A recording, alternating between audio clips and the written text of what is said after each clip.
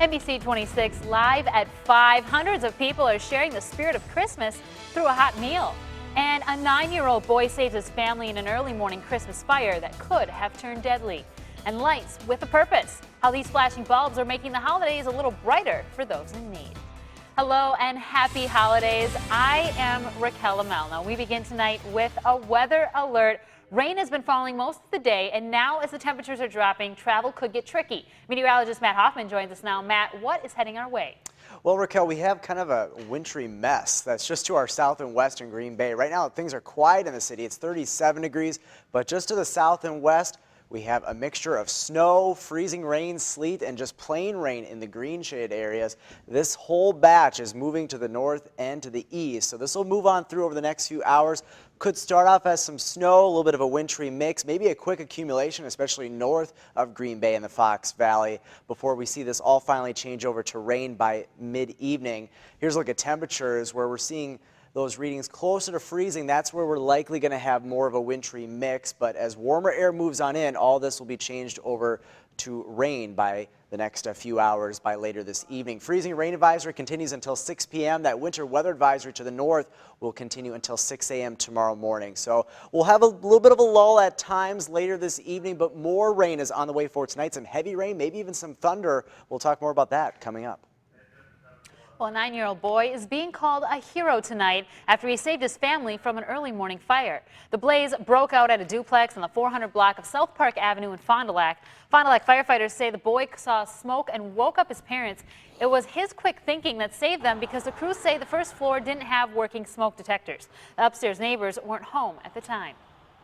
You know, it was a matter of 10 or 15, 20 minutes maybe, and we would be talking about a tragedy instead of a 9-year-old hero. So smoke detectors are the big thing that we really, want to emphasize.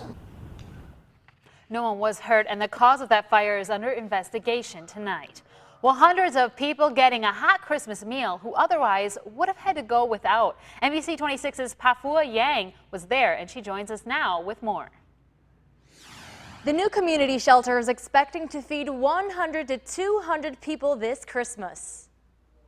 There is a cart out there for this. This is kind of a family tradition. It started like 4 years ago and it's just stuck, I guess.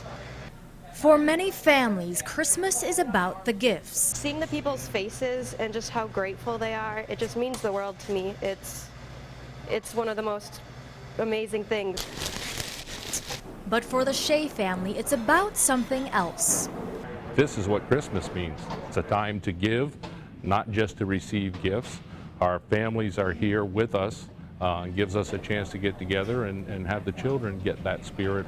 Alicia Shea's grandpa has been serving the homeless for years and loves every second of it. They don't understand that this really is gratifying for us also. About 20 volunteers at the shelter prepare the meals, a 2-hour process. All the fruit is in one. With Grandma in charge of the kitchen. A good gift for Christmas might just be, being here, having a place to stay, having a nice warm meal. As for Alicia, I can't really do a lot of things because I'm not 18. I can't vote or anything like that. So this is how I impact my community personally instead of voting or anything like that. she hopes her family's helping hand puts a smile on people's faces this holiday season. The Christmas meal includes ham, fruit salad, shepherd's pie, bread, and a ton of desserts. The shelter serves dinner every day between 5 and 6 p.m. Keeping you connected, Pafoyang, NBC 26. Well, U.S. soldiers may not be home for Christmas, but they're celebrating the holiday in Iraq. At this Army base southeast of Mosul, dozens of soldiers filed into a festively decorated tent for a traditional meal of turkey, green beans, and mashed sweet potatoes. Some soldiers said it was tough being away from their families for the holidays. It's like a bittersweet moment, actually, because being away from my family, I'm being away from my family, but I'm serving my country at the same time.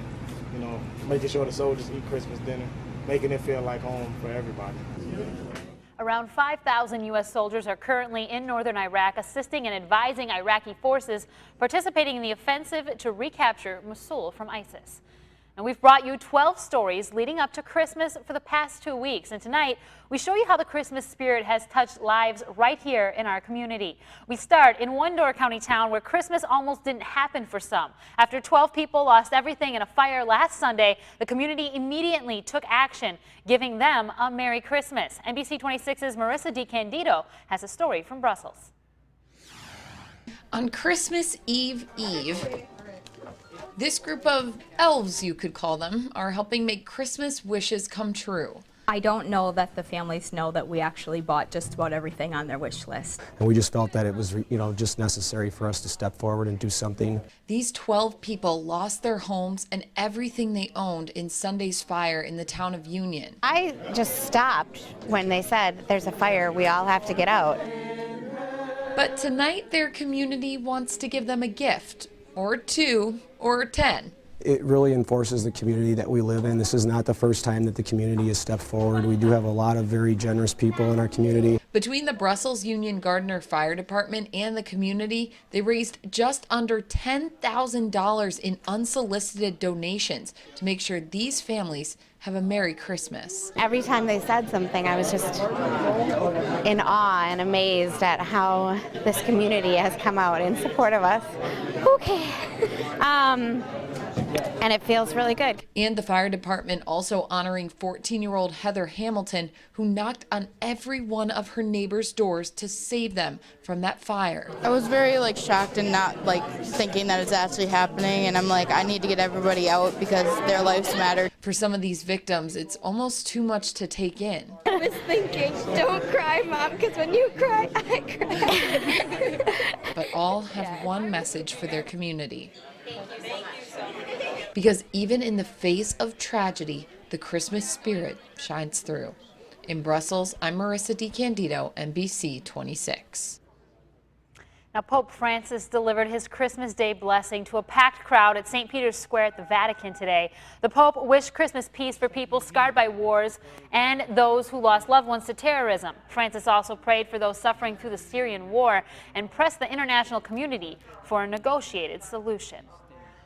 Well, Hanukkah celebrations taking place across the globe tonight. The holiday fell on Christmas Eve for the first time in nearly 40 years. On Monday, Governor Walker and First Lady Tonette Walker will help light a menorah in Madison.